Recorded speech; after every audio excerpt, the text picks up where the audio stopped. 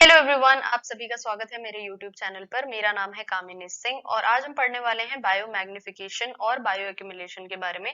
दोनों में क्या डिफरेंस होता है और दोनों होते क्या हैं, इसके बारे में डिटेल में डिस्कस करेंगे।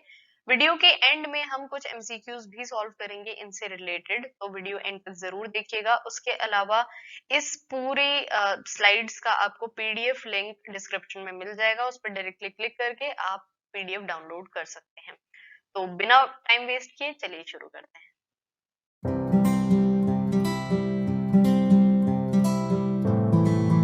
सबसे पहले बात करेंगे बायो मैग्निफिकेशन के बारे में, फिर हम बात करेंगे बायो एक्यूमुलेशन के बारे में। तो बायो मैग्निफिकेशन को समझने के लिए सबसे पहले हम एक एग्जांपल लेते हैं एक्वेटिक फूड चेन का, जो कि स्टार्ट होती है फाइटोप्लैंक्टन से। हम सभी जानते हैं कि फाइटोप्लैंक्टन एक प्रोड्यूसर है, इस केस में एक्वेटिक फूड चेन में, एक एक्वेटिक इकोसिस्टम में। तो फाइटोप्लैंक्टन से स्टार्ट होगा, फाइटोप्लैंक्टन खाए जाएंगे जू प्लैंक्टन द्वारा। उसके बाद जू प्लैंक्टन जो है वो फिश द्वारा खाई जाएगी, लार्ज फिश, बड़ी फिश जो है वो छोटी फिश को खाएगी, और अल्टीमेटली क्या होगा कि जो लार्ज फिश है उसको फिश ईटिंग बर्ड खाएगी। जो भी बर्ड्स होती हैं, जो भी चिड़िया होती हैं जो कि मछलियां खाती हैं। तो ये हमारे पास हो गया फूड चेन। अब क्या होता है कि अगर कोई टॉक्सिक सब्सटेंस है ना, हम बात करेंगे टॉक्सिक सब्सटेंस की। हम शुरू में हम जानते हैं, हम फूड चेन वाले एक वीडियो में पढ़ चुके हैं कि जैसे जैसे हम अगले ट्रॉफिक लेवल्स की ओर मूव करेंगे तो क्या होगा, जो हमारी एनर्जी है वो कम होती जाएगी। लास्ट ट्रॉफिक लेवल में सबसे कम एनर्जी होगी। तो टॉक्सिन्स के साथ क्या होगा, पॉइजनस सब्सटेंसेस के साथ क्या होगा, अगर वो फाइटोप्लैंक्टन में एक बार एंटर कर गए, एक बार फूड चेन में एंटर कर गए, तो उनके साथ क्या होगा, चलिए देखते हैं। सबसे पहले क्या है, बहुत सारे सब्सटेंसेस ऐसे होते हैं जो कि हमारे लिए, ऑर्गेनिजम्स के लिए टॉक्सिक होते हैं। जैसे कि फॉर एग्जांपल हम फर्टिलाइजर्स, पेस्टिसाइड्स, इन सबको नहीं खा सकते क्योंकि ये हमारे लिए टॉक्सिक हैं, पॉइजनस हैं, हमारी बॉडी को हार्म कर सकते हैं। These substances cannot be easily excreted और metabolized। अब यहाँ पर बहुत ही इंपॉर्टेंट बात है कि ये जितने भी सब्सटेंसेस हैं, जो भी पॉइजनस टॉक्सिक सब्सटेंस हैं, ये हमारी बॉडी के द्वारा एक्सक्रीट आउट नहीं किए जा सकते, है ना, और ये मेटाबोलाइज भी नहीं होते, यानी कि हमारे बॉडी के द्वारा यूज भी नहीं किए जाते हैं कि ये यूटिलाइज हो जाए और हमें एनर्जी मिल जाए, ऐसा भी कुछ नहीं होता है। और ये जो जितने भी टॉक्सिक सब्सटेंसेस हैं, पॉइजनस सब्सटेंसेस हैं, ये सब के सब फैट सॉल्युबल होते हैं। अब अगर वाटर सॉल्युबल होगा कोई भी सब्सटेंस, तो क्या होगा, वो आसानी से एक्सक्रीट आउट हो सकता है, हमारी किडनी फिल्ट्रेशन के लिए है हमारे केस में। उसके अलावा और ऑर्गेनिजम्स हैं, उनमें भी अलग अलग पार्ट्स होते हैं जिससे कि पानी फिल्टर होता है। तो अगर वो पानी में घुल सकते हैं, पानी में घुलनशील हैं, तो क्या होगा, वो किडनी से फिल्टर होके और वो यूरिन के जरिए बाहर निकल जाएंगे। लेकिन फैट सॉल्युबल होने के कारण वो आसानी से एक्सक्रीट आउट नहीं हो सकते और ना ही उनमें मेटाबॉलिज्म अच्छे से हो सकता है। तो ये हो गया हमारा टॉक्सिक सब्सटेंसेस के बारे में। अब यहाँ पर एक टेबल है जिसमें हम क्या देख रहे हैं, कुछ ऑर्गेनिजम्स लिखे हुए हैं जो कि उसी फूड चेन से लिए गए हैं जो कि अभी हमने देखी। Number of organisms eaten by it, यानी कि जो भी ऑर्गेनिज्म है वो कितने और ऑर्गेनिजम्स को खा रहा है। जैसे जैसे हम नीचे की ओर बढ़ते हैं, बढ़ेंगे इस टेबल में, वैसे वैसे हमारा ट्रॉफिक लेवल बढ़ रहा है ना। ये पहला ट्रॉफिक लेवल, ये दूसरा, और ये यहाँ पर हमारा फिफ्थ ट्रॉफिक लेवल है ना, थर्ड और फोर्थ, और ये फिफ्थ ट्रॉफिक लेवल। तो जैसे जैसे हम ट्रॉफिक लेवल्स में मूव करेंगे, वैसे वैसे जो ऑर्गेनिज्म है वो एक दूसरे को खाते हैं। अब देखिए, जू प्लैंक्टन है वो फाइटोप्लैंक्टन को खाएगा, फाइटोप्लैंक्टन जो है वो स्मॉल फिशेस, छोटी फिशेस द्वारा खाया जाएगा। अब हम सबसे पहले देख रहे हैं कि नंबर ऑफ ऑर्गेनिजम्स। अब फाइटोप्लैंक्टन तो क्या है, खुद एक प्रोड्यूसर है, वो तो किसी को खाएगा नहीं, वो अपना खाना खुद बनाता है। वो पानी के थ्रू उसमें कुछ टॉक्सिक सब्सटेंस एंटर होता है। फॉर एग्जांपल हम डीडीटी को एग्जांपल ले लेते हैं। डीडीटी एक टॉक्सिक सब्सटेंस है, पॉइजनस सब्सटेंस है। वो जो है वो फाइटोप्लैंक्टन में एंटर हो चुका है थ्रू वाटर, है ना, वाटर के जरिए, वाटर में डीडीटी मिला हुआ था, उसके जरिए वो एंटर हो गया। अब क्या होगा, एक जो जू प्लैंक्टन है वो 10 फाइटोप्लैंक्टन्स को खा रहा है, एक स्मॉल फिश जो है वो 10 जू प्लैंक्टन्स को खाएगी, है ना। हम ये बस एग्जांपल पढ़ने के लिए ले रहे हैं, ठीक है। लार्ज फिश जो एक है वो 10 स्मॉल फिशेस को खाएगी, है ना, ये इस तरीके से खाएंगे एक दूसरे को। और फाइनली जो फिश ईटिंग बर्ड है वो 10 लार्ज फिश को खा रही है। तो होगा क्या, जो टॉक्सिक सब्सटेंस है उसकी कॉन्सेंट्रेशन में क्या चेंज आएगा, यहाँ देख लेते हैं। जो भी कॉन्सेंट्रेशन है टॉक्सिक सब्सटेंस का वो इस टेबल में दिया हुआ है। तो फाइटोप्लैंक्टन में फॉर एग्जांपल 0.01 ग्राम का कॉन्सेंट्रेशन आ गया डीडीटी का।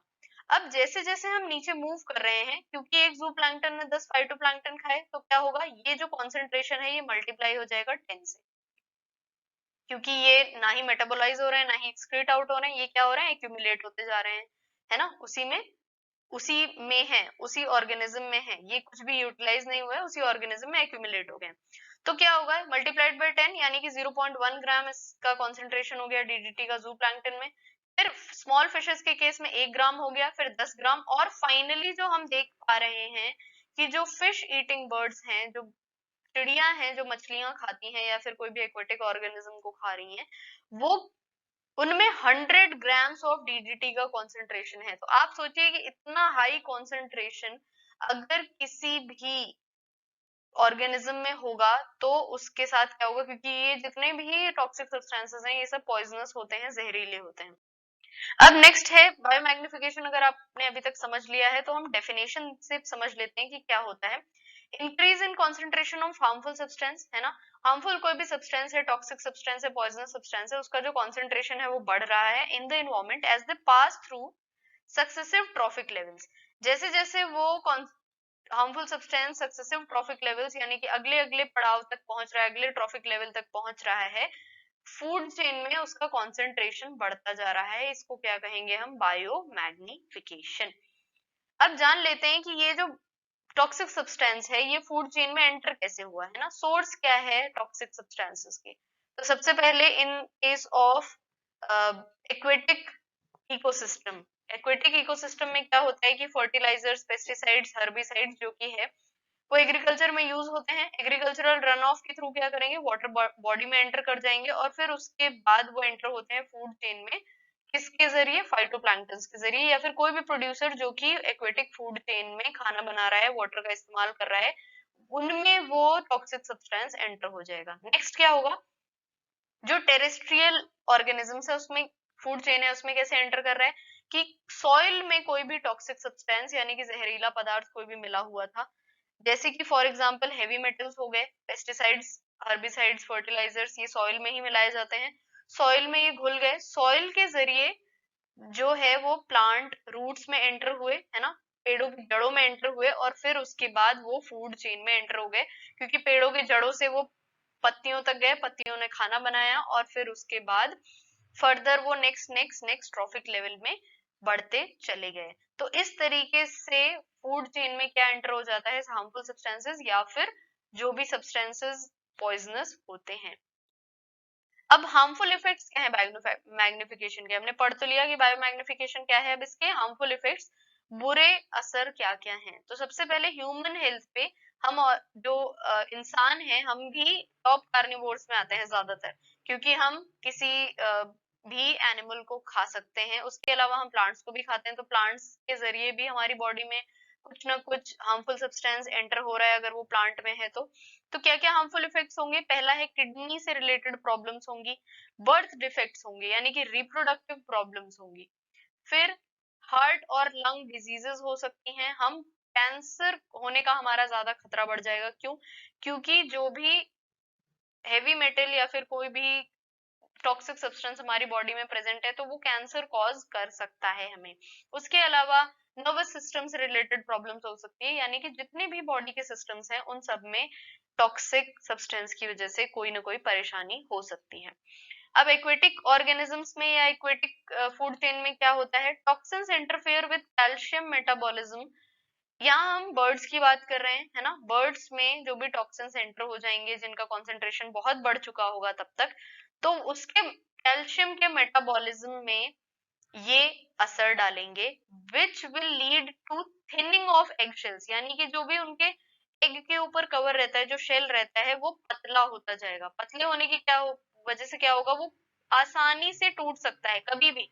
मान लीजिए कोई भी इन्वायरमेंट का कोई भी हल्का सा भी उस पे कोई भी असर होगा, अगर वो ऑर्गेनिज्म खुद भी उसके आसपास गया, उस पे बैठा या कुछ हुआ, तो वो ब्रेक हो सकता है, टूट सकता है, क्योंकि वो जो शेल है वो काफी पतला हो जाता है, इसकी वजह से टॉक्सिन्स की वजह से, जो कि कैल्शियम मेटाबॉलिज्म पर असर डालते हैं। अब इसकी वजह से क्या होगा, अगर जो चिड़ियों के अंडे हैं वो खत्म होना शुरू हो जाएंगे धीरे धीरे, तो जो बर्ड की पॉपुलेशन है, चिड़ियों की जो जनसंख्या है वो कम होती जाएगी। अगर चिड़ियों की जनसंख्या कम होगी तो क्या होगा, हमारे पूरे के पूरे इकोसिस्टम पर असर पड़ेगा, क्योंकि फूड चेन या फूड वेब पर असर पड़ेगा, है ना। तो ये हार्मफुल इफेक्ट्स हो गए किसके, एक्वेटिक ऑर्गेनिज्म पर, और बाकी हम लोगों पर भी टॉक्सिक टॉक्सिन सब्सटेंसेस के हार्मफुल इफेक्ट्स होते हैं। बाकी और ऑर्गेनिजम्स पे भी होते हैं। प्लांट्स में हो सकता है वो जल्दी एज कर जाए, या फिर फ्रूट्स उसमें सही से ना आए, या फिर फ्लावरिंग ना हो सही टाइम पे। इस तरह के काफी सारे इफेक्ट्स हो सकते हैं। अब देखते हैं कि बायो एक्यूमुलेशन क्या होता है। बायो मैग्निफिकेशन हम पढ़ चुके हैं, अब देखते हैं बायो एक्यूमुलेशन क्या है।